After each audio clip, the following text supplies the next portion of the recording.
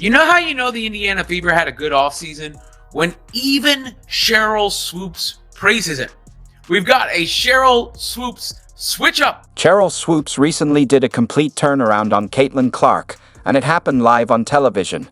After spending an entire year stating that Clark was overrated, overhyped, and unlikely to succeed in the WNBA, Swoopes is now showering praise on the Indiana Fever standout and her team. You get on the bandwagon or you get left behind.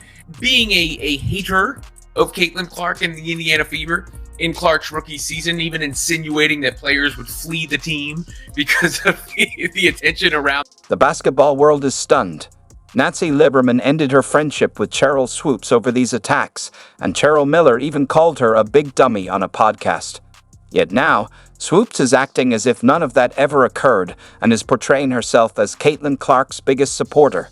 The receipts don't lie, and I got all of them right here. Are you ready to break it all down and hear what Swoopes had to say? Let's dive in. To all of our surprises, was somebody who's done nothing since 2023 but speak idiotically and speak like a delusional human being. The liar of them all. The king lie. The biggest projectionist of them all. I'm just going to make up things. Remember when Sheryl Swoopes claimed Caitlin Clark was a 25-year-old playing against teenagers? That wasn't just a casual slip-up. It marked the start of what would turn into a year-long campaign of misinformation. Let's dig into the receipts on Swoopes' strange vendetta against women's basketball's brightest star. We'll talk about how much more experience that gives you over other players coming in, right? So people say, dang, like he or she's killing them, but you have a 25-year-old playing against a 20-year-old. The timeline of Swoopes' attacks is both consistent and consistently off the mark. During Clark's record-breaking college career, Swoopes fired her first major shot by questioning the legitimacy of Clark's NCAA scoring achievement. On Gil's Arena she boldly stated that if Kelsey Plum set that record in 4 years, Caitlin should have broken it in 4 years as well. Ask me about Caitlin. If you're going to break a record, to me, if it's legitimate, you have to break that record in the same amount of time that player set it. Okay. Right? So if Kelsey Plum set that record in 4 years, well, Caitlin should have broke that record in 4 years. But because there's a COVID year and then there's another year, you know what I mean? So she's already had an extra year to break that record. So is it truly a broken record? This statement overlooked a basic fact. Clark did break the record in 4 years, exactly the same time frame as Plum. Swoopes insinuated that Clark had unfairly benefited from COVID-19 rules that allowed a 5th year, despite Clark never actually taking that year. What makes these comments so problematic isn't just their inaccuracy, it's the absolute certainty with which Swoopes delivered them. She spoke with the confidence of someone stating the sky is blue, not someone spreading easily fact-checkable falsehoods. When confronted with corrections, instead of acknowledging her mistakes, Swoopes dug her heels in deeper. Caitlin Clark right now probably takes about 40 shots a game. Here we go. I know you like that. Yeah. I said that because when she comes to the league, regardless of what team she goes to that has vets on that team, she probably ain't gonna get 40 shots. As Clark's career progressed, the attacks evolved. When Clark prepared to enter the WNBA, Swoopes confidently predicted doom, stating, "Will Caitlin Clark be a good pro? Absolutely. Will Caitlin Clark come into the WNBA and do what she's doing right now immediately? Absolutely not. Not going to happen." Well, guess what happened? Clark dominated her rookie season, leading the entire league in assists, breaking 62 records, and claiming Rookie of the Year honors.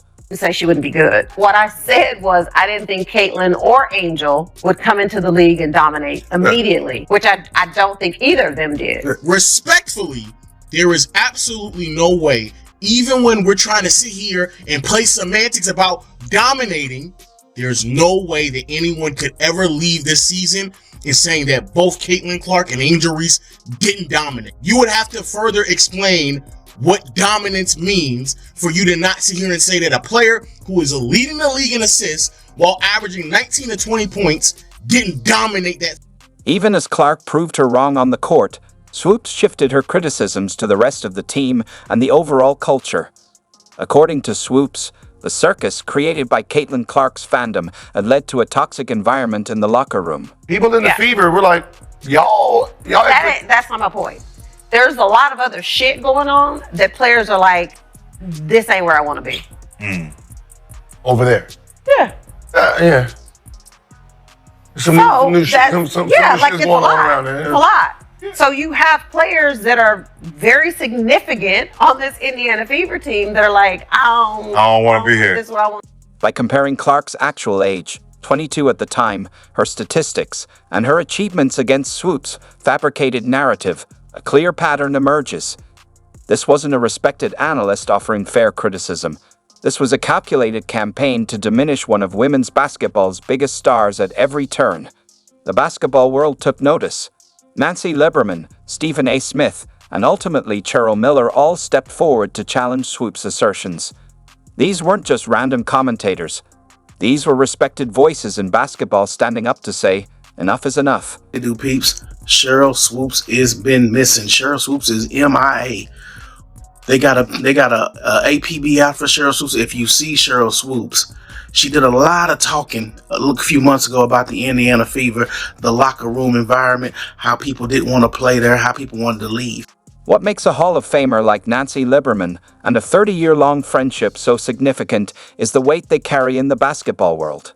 As Swoopes continued her campaign against Clark, the basketball community's patience wasn't just wearing thin, it was completely shattered. The ongoing attacks, especially from someone with such a deep connection to the sport, left many questioning how much more they could tolerate. On Sheryl, since she was in college, I helped do her shoe deal with Nike in 1993, took her to her first SBs. I've known Sheryl, I've coached her, have a lot of respect for her.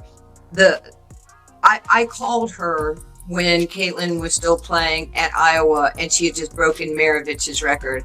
And it was all over the place, as you and I have discussed, that there was this quote by Sheryl that said, Caitlin was, 25 years old. She was, 24 years old. She was a fifth-year senior. Right. She was taking 40 shots a game. Her records were illegitimate. The breaking point came when Lieberman, one of the most respected voices in women's basketball, attempted to have a private conversation with her longtime friend. I called her as a friend, Lieberman revealed, and I said you can say whatever you want, but you do have to get the statistics right. Facts matter. This wasn't just a casual disagreement between colleagues. It was Lieberman trying to salvage both the truth and a friendship. Got off the treadmill and I called her as a friend and I said, you can say whatever you want. You can have your own opinion about anybody, but you do have to get the statistics right. I mean, facts matter. And if you just get ahead of this and just say, hey, I made a mistake on my numbers, then this thing is over and everybody respects you for your opinion. And, you might like Boston, I might like the Yankees. It's okay to have difference of opinions. Well, she got upset with me on the phone and I was like, Sheryl, I'm not doing anything to hurt you. I'm just sharing. We're talking. And so our relationship it pretty much is not happening at this point. I tried to talk to her at the Final Four. Right. She didn't want to talk to me. My life's going to be good or great with or without Sheryl Swoopes in my life. I'd rather have. Seems to be some haterade in the league in regards to Clark starting with WNBA legend Sheryl Swoopes. Basketball. You know basketball? You know basketball. You know basketball better than me. You know basketball than any of the pundits. You know basketball better than most of the men that play basketball. There is no way in hell you just accidentally left Caitlin Clark's name out of that soliloquy that you dropped about the Indiana Fever. Stop. Some of your peers, they will recognize, her game, but they won't recognize her impact. Right. How can you separate the two? It's kind of hard, right? And I used and Jax, you're absolutely right. And I was like, come on, you big dummy. I mean, look, as much as she was given, you can't tell me if that door would have swung the other way where she didn't live up to the hype. Right. Come on, folks are still waiting for her to fall. Exactly. Come on. Yep. So, with that being said, you big dummies, you getting paid now. Her pass, and I didn't know how talented she was and how well she sees the game in a 3D version. Thinker. Defensively, a lot better than I thought and gave her credit for. So watching her and just spending a little time. And one thing, guys, that I've learned is to step back and let these kids be themselves. And this is the most unabashed praise I've ever seen from Swoopes go Clark and the Fever's way. That I feel made the biggest moves, maybe even the best moves, that would be the Indiana Fever. I think the Indiana Fever went from just being in the playoffs last season to potentially winning a championship. You add the OG DeWanna Bonner, who plays both ends of the floor, who's a competitor, Natasha Howard, who's another OG, who's going to bring the defensive presence. And then you're bringing back Aaliyah Boston, who continues to get better every single year. Can we talk about Kelsey Mitchell, who is just a walking, how much stronger Caitlin got in the offseason. You know she was in the gym working on her game. This Indiana Fever team, they have put the pieces together in this offseason, and I'm excited to see what they're going to do.